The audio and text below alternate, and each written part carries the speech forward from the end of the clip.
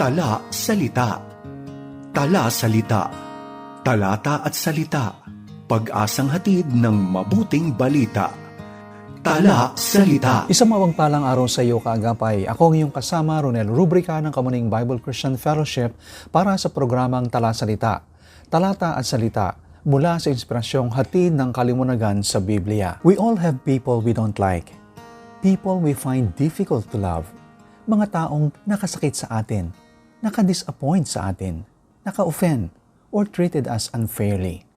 Some wounds are so deep na marinig mo lang ang pangalan ng tao can stir painful memories and strong emotions. The reality is that there are people we cannot stand, people we cannot bear, people we would rather avoid, iiwasan natin, lalayuan natin, and people we believe are beyond redemption. We may not say it aloud, but deep within, we sometimes categorize people as worthy of love and others as unworthy of it. Yet the gospel confronts us sa challenging truth na ito. The people we often write off or dismiss are the very people God pursues. The individuals we avoid are often the ones Christ seeks. The souls we consider least deserving of grace are still precious in the eyes of God. He sees even the most undeserving sinner as a soul in need of redemption. Sa Lucas, Kabanatang 11, ipinakilala sa atin ang isang taong tulad nito, si Zacchaeus. Para sa mga taga-Jericho, siya ay isang taksil sa kanyang bayan, isang mandaraya at isang makasalanan. But while the crowd saw a man to despise, Jesus saw a soul to save. This passage reminds us that God works advances one soul at a time. Jesus values every person, pursues the spiritual lost, and rejoices over the salvation of even one sinner. Habang naklalakbay si Jesus sa Jericho patungang Jerusalem, tungo sa kanyang sukdulang layunin na harapin ang krus, napapaligiran siya ng maraming tao. Many important people were likely present. Yet among all the faces in the crowd, he stopped for one man. Jesus fixed his attention on one man, Zacchaeus. Siya ay isang taong mayaman at may mataas na posisyon at may kapangyarihan. To the people of Jericho, Zacchaeus was a traitor, a sinner, and a man unworthy of attention. To Jesus, Zacchaeus was a soul worth saving. This account reminds us that every soul matters to God. While crowds may impress us, God sees individuals. While we often focus on crowds, programs, numbers, and accomplishments, Jesus focuses on individuals. We must never lose sight of this truth. God's work advances one soul at a time. Throughout Scripture and church history, every great movement of God often begins with a burden for one person. Tunghayan natin ang Luke chapter 19 verses 1 through 10 at tuklasin natin how Jesus reveals God's heart for one lost soul and how that same heart must become the heartbeat of His church today. Mula sa passage na ito, matututuhan natin ang tatlong katotohanan about God's heart for every soul. Una, the soul that Jesus pursued mula verses 1 through 5. Ang sabi sa verse 2, "And behold, there was a man named Zacchaeus." The first thing we notice is not Zacchaeus seeking Jesus, but Jesus pursuing Zacchaeus. Though Zacchaeus was searching for Jesus, the greater reality was that Jesus was seeking him. Here we see a despised soul. Si Zacchaeus ay isang chief tax collector. He ranked at the highest level of tax collectors, a notorious tax collector. And that alone was enough. It meant betrayal. It meant corruption. It meant a man who had chosen money over people, profit over conscience, gain over God. Kinasusuklaman ng maraming tao ang mga tax collector dahil sila ay naglilingkod sa pamahalaang Romano at kadalasang yumayaman sa pamamagitan ng hindi tapat na paraan o pandaraya. Another way to understand the people's animosity is that they had become rich at their expense. By virtue of his position and of his contract with Rome, Zacchaeus was a man of power in Jericho. He was wealthy and influential, yet deeply rejected. He had money but no peace. He had position but no purpose. He had success but no satisfaction. Though he seemed to have everything, spiritually, he was empty. Maraming tao sa ating panahon ang katulad ni Zacchaeus. Maaring mayroon silang matagumpay na karera, maraming ari-arian, kahangahangang mga tagumpay, at pagkilala mula sa iba, yet their souls remained restless and empty. Jesus asked in Mark 8:36, "For what does it profit a man to gain the whole world and forfeit his soul?" A soul is worth more than all the wealth of this world. Pangalawa, makikita natin dito a desperate soul. Sinasabi sa atin sa verse 3 that Zacchaeus wanted to see Jesus. He sought to see Jesus. This man had a desire to see the Lord. Something inside him longed for more. His wealth could not satisfy him. His status could not fulfill him. His success had not completed him. Only Christ could satisfy the deepest needs of his heart. Sinasabi sa talata na si Zacchaeus ay isang maliit na lalaki at hindi niya matanaw si Jesus dahil sa dami ng tao. Ang mga tao ang naging hadlang sa pagitan niya at sa daraanan ni Jesus. Kaya naman, may personal na problema si Zacchaeus na pumipigil sa kanya na makalapit sa Panginoon. In anticipation of that opportunity, he searched for a vantage point to look over the heads and shoulders of the surrounding crowds to be able to see Jesus. So Zacchaeus climbed a sycamore tree to get a glimpse of the Lord as he passed by that day. Pause for a moment and consider how strange of a sight this was. Here is a rich, grown man in a tree. It is intriguing to learn that in this particular culture, it was considered shameful and undignified for a wealthy and grown man to climb a tree. Yet here was the most infamous man in Jericho na nasa taas ng puno.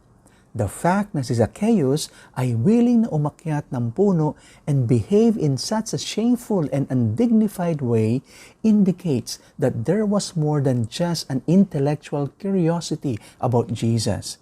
Zacchaeus' faith is demonstrated in that he wanted to see Jesus badly enough that he did not care what other people thought or what obstacles were in the way. Hindi hinayaan ng maliit na lalaking ito na may anumang humadlang sa kanya, hindi ang napakaraming tao, ni ang kanyang kalagayan upang makita ang Panginoong Hesukristo. Walang anumang balakid ang makapipigil sa kanya. He was determined to see Jesus. Many people around us appear happy on the outside while struggling on the inside. They may not openly admit it, but they are searching for peace, searching for forgiveness, naghahanap ng kahulugan ng buhay, naghahanap ng pag-asa. And we must recognize that behind many hardened faces are hurting souls. Pangatlo, makikita natin dito a discovered soul. When Jesus came to that place, He stopped, looked up, and called Zacchaeus by name. Jesus did not say tax collector. He did not say sinner. He said Zacchaeus. Just his name, one name. Zacchaeus, hurry and get down out of that tree. Jesus knew his name. Jesus knew his story. Jesus knew his sins. Jesus knew his failures. Jesus knew everything there was to know about Zacchaeus. Yet Jesus still loved him and still had compassion on him and pursued him. What a picture of grace. The crowd saw a sinner. Jesus saw a soul. This account is not merely about a man who climbed a tree.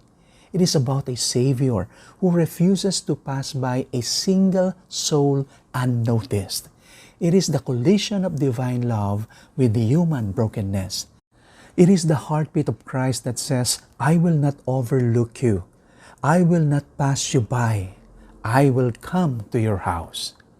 Marahil ang ilan sa inyo ay katulad ni Zacchaeus. Kailangan mong makatagpo ang Panginoon. Kung lalapit ka sa Kanya ngayon, ililigtas ka niya anuman ang iyong pinagmulan, saan ka man nanggaling o anuman ang iyong nagawa sa nakaraan. Nakikiusap ako sa iyo, Huwag mong hayaang may anumang humadlang sa pagitan mo at ni Jesucristo sa araw na ito. Lumapit ka sa Kanya ng may pananampalataya at pagsisisi at mararanasan mo ang Kanyang biyaya, kapatawaran at bagong buhay. At kung ikaw naman ay isang mananampalataya kay Kristo, narito ang hamon para sa atin ngayon. We often love crowds, but struggle with individuals. We can talk about the lost, but forget names. We can pray for revival, but ignore the person right in front of us. We can celebrate missions in faraway places, but miss the soul sitting beside us. When Jesus looked up at Zacchaeus in the sycamore tree, he saw a lost soul whom the Father had given him to save. We must learn to see people through the eyes of Christ. People are not merely statistics. People are not interruptions. They are opportunities. People are not projects. They are precious. They are eternal souls. And every soul matters to God. Ang pangalawa ay makikita natin sa verses 5 through 7, the Savior that Jesus portrayed. As Jesus engages Zacchaeus, He reveals the heart of God toward lost people. At dito, makikita natin a Savior who initiates. Jesus stopped. Jesus spoke. And Jesus invited Himself into Zacchaeus' home. He said, "Zacchaeus, hurry and come down, for I must stay at your house today." Now, the word must communicates urgency and necessity, and it reveals divine purpose. Jesus was saying to Zacchaeus, "It's necessary that I come to your house today. I must do it." Naparito si Jesus dahil si Zacchaeus ay naligaw. Ipinahayag niya na siya ay dumating upang hanapin at iligtas ang mga nawawala at naliligaw. Salvation begins not with our pursuit of God, but with God's pursuit of us. Romans 5:8 reminds us, "But God shows His love for us in that while we were still sinners, Christ died for us." Before Zacchaeus welcomed Jesus, Jesus welcomed Zacchaeus. That is grace. As followers of Christ, we must reflect this same initiative. Too often, we wait for people to come to us. Jesus calls us to go to them. Ang ikalawa is a Savior who identifies. Jesus said, "I must stay at your house today." Hindi bukas, hindi next week, not after Zacchaeus cleaned up his life, but today. Nagulat ang mga tao at ang mga relihiyosong pinuno at hindi nila maunawaan kung bakit nakikipag-ugnayan si Jesus sa gayong makasalanan. Yet Jesus intentionally identified with the very people others rejected. Throughout the Gospels, Jesus was found among sinners, the broken, the rejected, and the outcast. He touched lepers. He forgave adulterers. He restored failures. He welcomed those whom society ignored. It is possible to be busy doing God's work while missing God's heart. Jesus reminds us that ministry is not merely about programs or crowds. It is about people. We cannot reach people we refuse to engage. We must never become isolated from the people Christ came to save. Pangatlo is a Savior who inspires. We are told in the text that though Zacchaeus was in a lost condition at that moment, hindi siya nanatili sa gayong kalagayan. Sinabi ni Jesus, "Zacchaeus, hurry and come down, for I must stay at your house today." Nagmamadaling bumaba si Zacchaeus mula sa puno at buong galak na tinanggap si Jesus. Samantala, nagbubulong-bulungan ng mga tao. Ang sabi nila, "He has gone in to be the guest of a man who is a sinner." The religious leaders focused on Zacchaeus' past, but Jesus focused on Zacchaeus' future. The crowd saw what Zacchaeus had been. Jesus saw what Zacchaeus could become. What a reminder for us. Every soul represents a potential testimony of God's grace. The next great servant of God may currently be far from Him. The next faithful disciple may presently be trapped in sin. The next ministry leader may presently be spiritually lost. We must never underestimate what God can do through one transformed life. Ang pangatlong katotohanan, the salvation that Jesus proclaimed, nakikita natin sa verses 8 through 10. The encounter produced genuine transformation. Una, salvation produces repentance. After encountering Jesus, Zacchaeus declared, "Behold, Lord, the half of my goods I give to the poor, and if I have defrauded anyone of anything, I restore it fourfold." His actions did not save him. They revealed that he had been changed. Ang tunay na kaligtasan ay laging nagbubunga ng taus-pusong pagsisisi. Ang tunay na kaligtasan ay laging nagdudulot ng pagbabago. True repentance is a change of mind that results in a change of direction. Zacchaeus moved from taking to giving, from greed to generosity, from exploitation to restoration. When Christ changes a life, He changes desires, priorities, and actions. The evidence of conversion is not perfection, but transformation. Ang ikalawa, salvation brings restoration. Now listen to what Jesus said in response to Zacchaeus' repentance, because this is the most important point. Jesus declared, "Today, salvation has come to this house." Ayon sa talata, sa araw na iyon ay dumating ang kaligtasan sa sambahayan ni Zacchaeus. It was not just the Savior who came, but the Savior brought salvation with Him to Zacchaeus. What money could never buy, Jesus freely gave: forgiveness, peace, reconciliation with God, eternal life. The greatest miracle in this story is not that Zacchaeus climbed a tree. The greatest miracle is that God saved his soul. Buildings are valuable. Programs are helpful. Ministries are important. But nothing compares to the salvation of one's soul. Ang ikatlo, salvation reveals God's mission.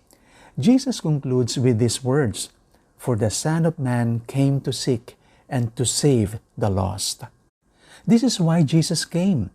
Hindi lamang siya naparito upang magpakita ng mga himala o magturo ng mga moral lessons. Siya ay naparito upang hanapin at iligtas ang mga makasalanan. Jesus came to seek and to save that which was lost, and that includes traitors to the Jewish nation like Zacchaeus, those we don't like and those we don't think deserve it. This is why Jesus came. He came to seek and save lost sinners. And His mission remains the mission of the church. The church does not exist merely to maintain traditions or conduct activities. The church exists to participate in Christ's mission of seeking and saving the lost. One soul at a time, one conversation at a time, one family at a time, one disciple at a time. Now, how should we respond to this passage? First, see people the way Jesus sees them. Ang bawat katrabaho, kapitbahay mo, kapamilya, estranghero, at maging ang mga taong mahirap pakisamahan ay mga kaluluwang napakahalaga sa harapan ng Diyos. Second, share the gospel intentionally. Someone around you is searching for hope. Pray for opportunities to speak about Christ. Third, never underestimate the value of one life. One transformed person can influence a family. One family can influence a community. And one community can influence a generation. Finally, align your heart with Christ's mission. We must continually ask, are we pursuing what Jesus pursued? Pinahalagan ba natin ang kanyang mga pinahalagahan? Hinahanap ba natin ang mga taong hinahanap ni Jesus? His mission must become our mission. As Jesus walked through Jericho, hundreds of people surrounded Him. Yet He stopped for one man, one rejected man, one overlooked man, one lost man, one soul. That encounter changed Zacchaeus forever. It changed his family, his future, and his eternity. This is the heart of God. He sees individuals. He pursues individuals. He saves individuals, one soul at a time. The story of Zacchaeus calls us to embrace Christ's heart for the lost and to remember that God's kingdom often advances through faithful ministry to one person, one soul at a time. Perhaps there is a Zacchaeus in your workplace. Perhaps there is a Zacchaeus in your neighborhood. Perhaps there is a Zacchaeus in your family. Will you see them the way Jesus sees them? Will you love them the way Jesus loves them? Will you seek them the way Jesus sought Zacchaeus? Sa linggong ito, tukuyin mo ang mga Zacchaeus sa iyong buhay na maaring hindi mo napapansin. Isang taong maaring inilalagay ng Diyos sa iyong puso. Isang taong ipapanalangin mo. Isang taong mamahalin mo ng may layunin. At isang taong babahaginan mo ng Ebanghelyo ni Kristo. Every crowd is made up of names. Every statistic is a story. Every face is an eternal soul for whom Christ died. May God give us the heart of Christ, a heart that values, pursues, and loves people, one soul at a time. Maraming salamat po sa inyong pagsama sa akin sa araw na ito. Ako po ang inyong kaagapay, Ronel Rubrica ng Kamuning Bible Christian Fellowship. Samahan niyo po ako muli sa susunod na episode ng programang Tala Salita, pagbubulay at pagninilay sa mga talata mula sa salita ng Diyos. Dito lamang sa 702 DZAS. Tala Salita, talata at salita, pag-asang hatid ng mabuting balita. Tala Salita.